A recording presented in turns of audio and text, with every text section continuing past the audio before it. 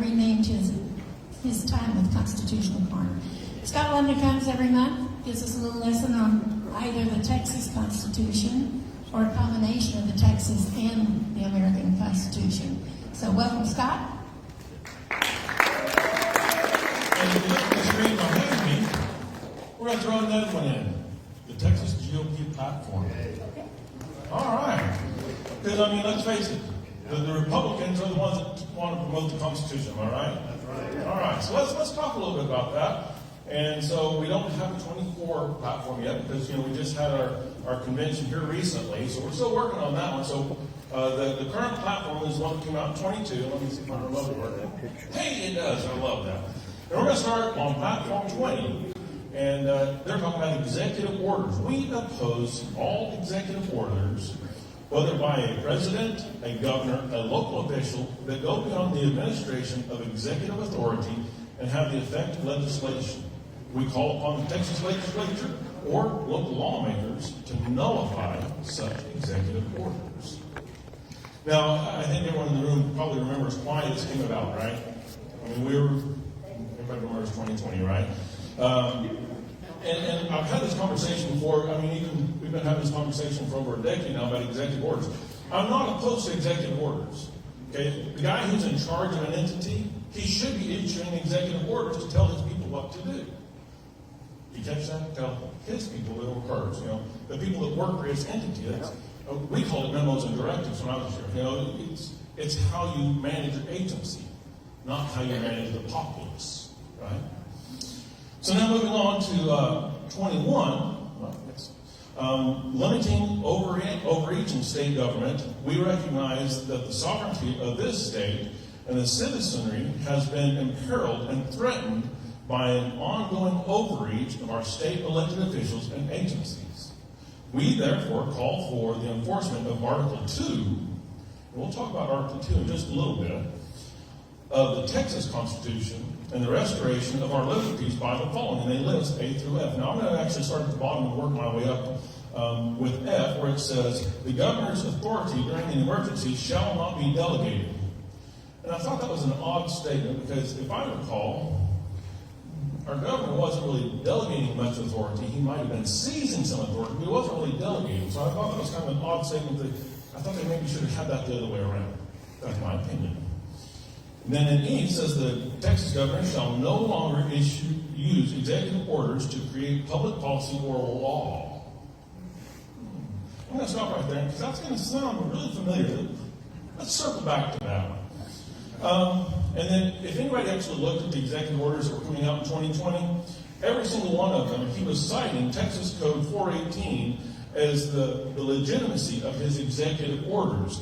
And so they say we must repeal and replace Texas Code 418. And I can tell you in 2020, I had a little bit extra time on my hands. And I actually started diving into 418. And I really don't know the history of 418, but I can tell you, when I read it, it looks like kind of a boilerplate statute that I suspect if you were to go to nearly every state in the union, someone from like FEMA or something like that reached out to a local legislature and said, here, take this to your state and pass this law. Because, I mean, the way it reads, it really did give the governor an awful lot of authority that, well, may have exceeded his lawful authority.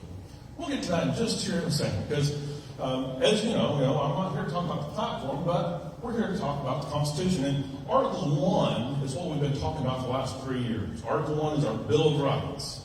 And so Section 28, we made up 28 sections in our Bill of Rights, is suspension laws. And there it says, no power of suspending laws in this state shall be exercised except by who? The legislature. Is the governor part of the legislature? No. Are the judges part of the legislature? No. No. They are a very distinct portion of our government, are they not? Right?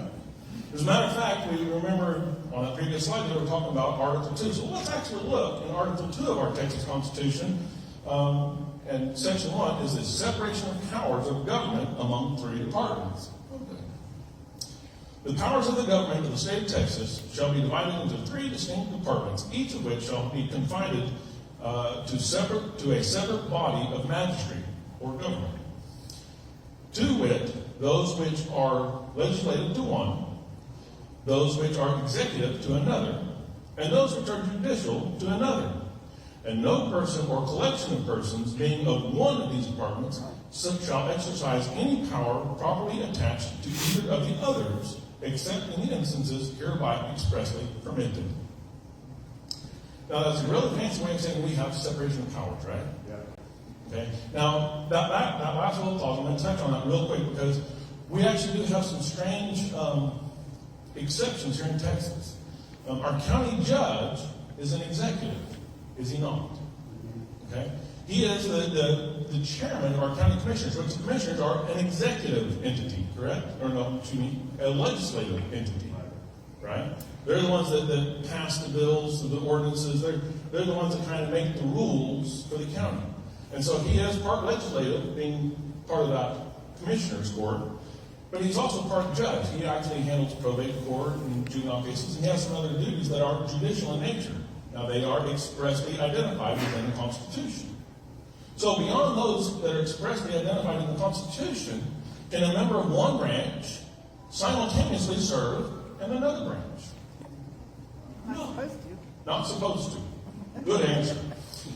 That's right. And so let's take a quick look at 418. Because 418 is kind of what has brought all this to light on our platform, and it really relates to what we're talking about today. And so 418 is in our government code. Did it come up? Did it not? Let's see. There it is. All right. 418.012, executive orders. Under this chapter, the governor may issue executive orders, proclamations, and regulations, and amend and rescind them. Executive orders, proclamations, and regulations have the force and effect of law. Does that sound right? Did I read that right? Have the force and effect of law. Well, let's hold on to that for just 1 second. Because in 418.016, suspension of certain laws and rules, the governor may suspend the provisions of any regulatory statute. Now, wait, what's a statute? A law. So, did you catch what I just said? Suspension of law. The governor may suspend the provisions of the law. Does that seem right? You see where the issue is, right? In case you're not putting some arrows there to kind of highlight it. Because what did our Constitution say?